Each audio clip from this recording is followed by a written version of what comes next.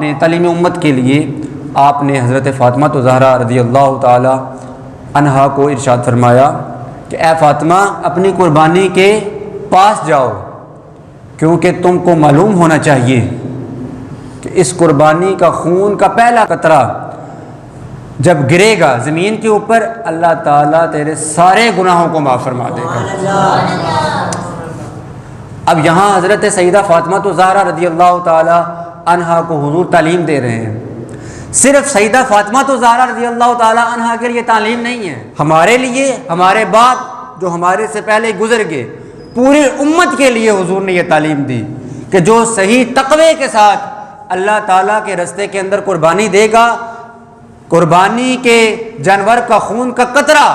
جب زمین پر گرے گا، قربانی کرنے والے کے اللہ تعالیٰ سارے گناہوں کو معاف فرما دے گا۔ پھر میرے اور آپ کے آقا مولا حضور جانے جانا صلی اللہ تعالیٰ علیہ وسلم نے سیدہ فاطمہ زہرا جو آپ کی بیٹی بھی ہیں، ان کے لیے آپ نے فرمایا کہ اس کے اندر کتنا فائدہ ہے۔ حضرت فاطمہ زہرا ان کو فائدہ بتا رہے ہیں، تو بتائیں جو سیدہ کے لیے، سیدہ فاطمہ زہرا رضی اللہ تعالی عنہا کے لیے اتنا فائدہ ہے، تو پھر ہمارے لیے، ہم گناہ گاروں کے لیے کتنا فائدہ ہوگا۔ حضور نے ارشاد فرمایا اے فاطمہ قربانی کے جانور کو قیامت کے دن اس کے گوشت کو اور اس کے خون کو تولا جائے گا، یعنی ایک طرف میزان ہے، میزان کے ایک پلڑے میں ہمارے گناہ ہیں، دوسرے طرف ایک پلڑے میں ہمارا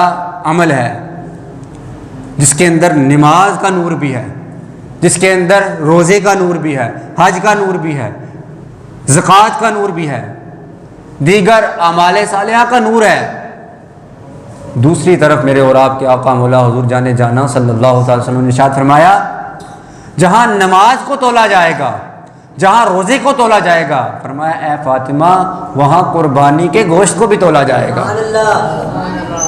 اب یہاں یہ نہیں ہے کہ جس نے قربانی کی اور قربانی کے جانور سے 40 کلو گوشت نکلا تو 40 کلو کو تولا جائے گا، 50 کلو نکلا 50 کو تولا جائے گا۔ فرمایا اے فاطمہ یہ نہیں، بلکہ یہاں پر 40 کو 70 کے ساتھ ضرب دی جائے گی،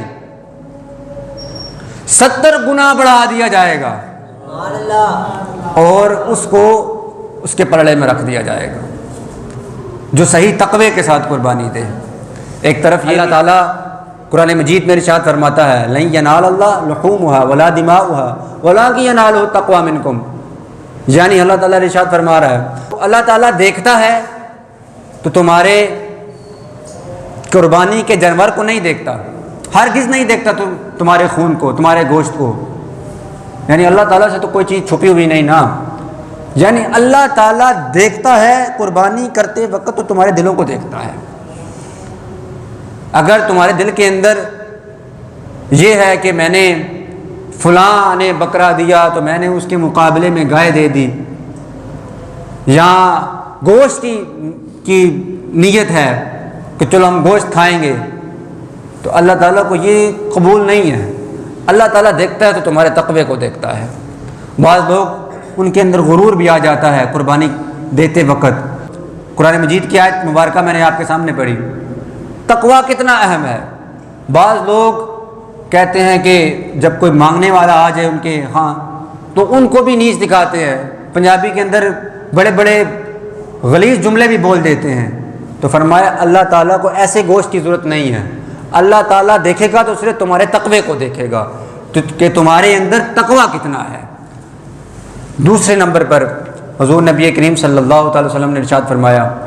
پوری امت کو حضور مسجد کی طرف لے کر آئے کہ تم مسجد کے اندر آؤ،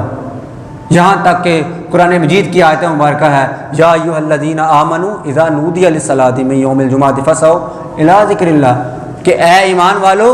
کہ جب نماز جمعہ کا وقت ہو جائے تو پھر دوڑو نماز جمعہ مسجد کی طرف۔ لیکن یہاں حضور نبی کریم صلی اللہ علیہ وسلم نے ارشاد کیا فرمایا؟ فرمایا جس کے پاس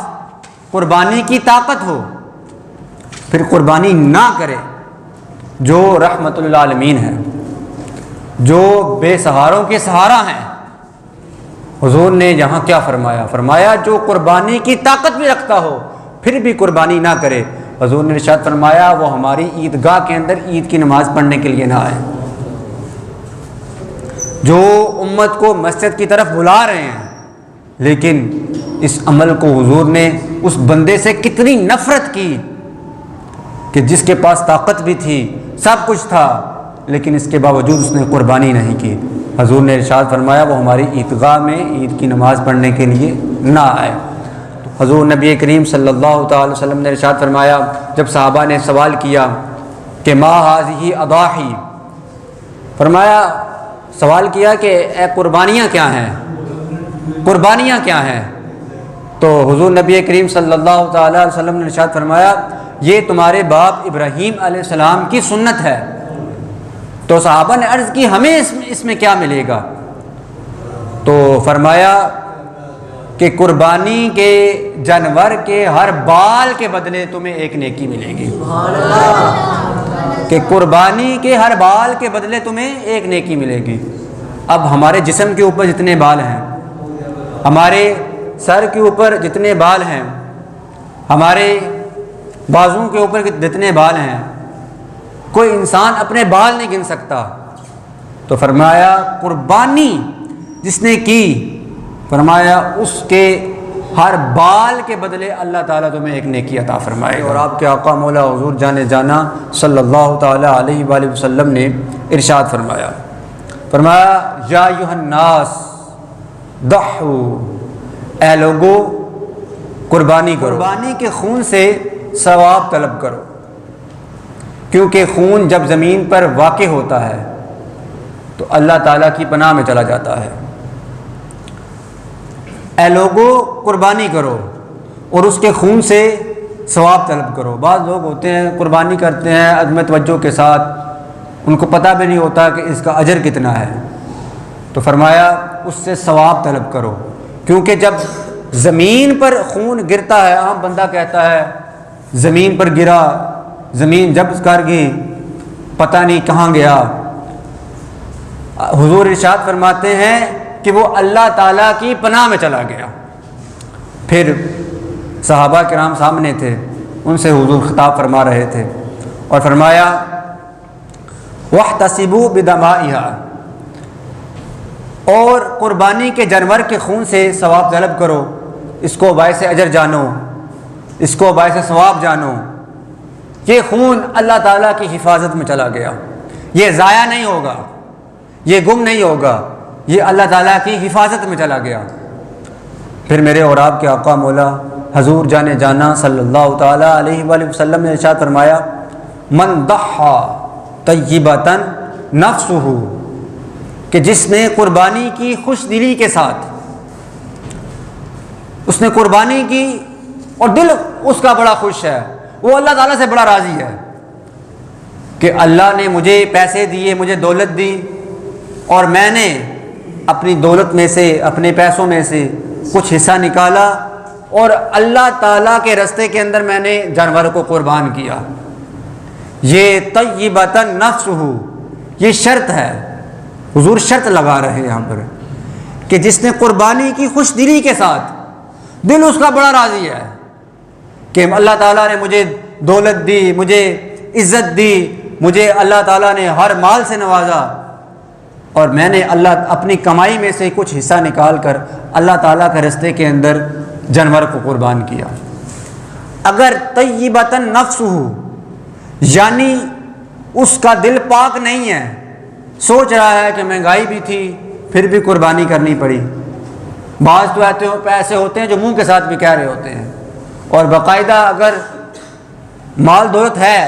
بزنس کے لحاظ سے اگر کسی کے پیسے دینے ہیں، لینے ہیں، تو منہ سے بھی کہہ رہے ہوتے ہیں۔ اگر کوئی پیسے مانگنے والا آ جائے، یہاں کوئی ضرورت مند ان کے پاس آ جائے عید کے بعد، تو وہ کہتے ہیں قربانی کر لی، پیسے نہیں تھے۔ اس طرح کرنے سے اجر ضائع ہو جائے گا، اجر میں کمی آ جائے گی۔ حضور ارشاد فرماتے ہیں طیبۃ نفسہ، دل اس کا بڑا راضی۔ حضور ارشاد فرماتے ہیں جب اس کو ثواب کی امید ہے اللہ تعالیٰ کے راستے میں، تو کیا ہوگا کہ جس جانور کو اس نے اللہ تعالیٰ کے راستے کے اندر قربان کیا، ایک تو یہ ہے نا کہ جس کو اللہ تعالیٰ نے بیٹیاں دی اور اس نے اپنی بیٹیوں کی اچھی پرورش کی تو وہ قیامت کے دن وہ بیٹیاں اس کو جہنم میں نہیں جانے دیں گی۔ اور دوسری طرف ارشاد فرماتے ہیں کہ جس کا دل بڑا پاک ہے، صاف ہے، تقوی ہے اس کے اندر قربانی کرتے وقت، اگر دیگر کسی گناہ کی بنیاد پر اگر اس کو جہنم میں جانا پڑ گیا، کانت لہو حجابا من النار، یہ جو قربانی کا جانور ہے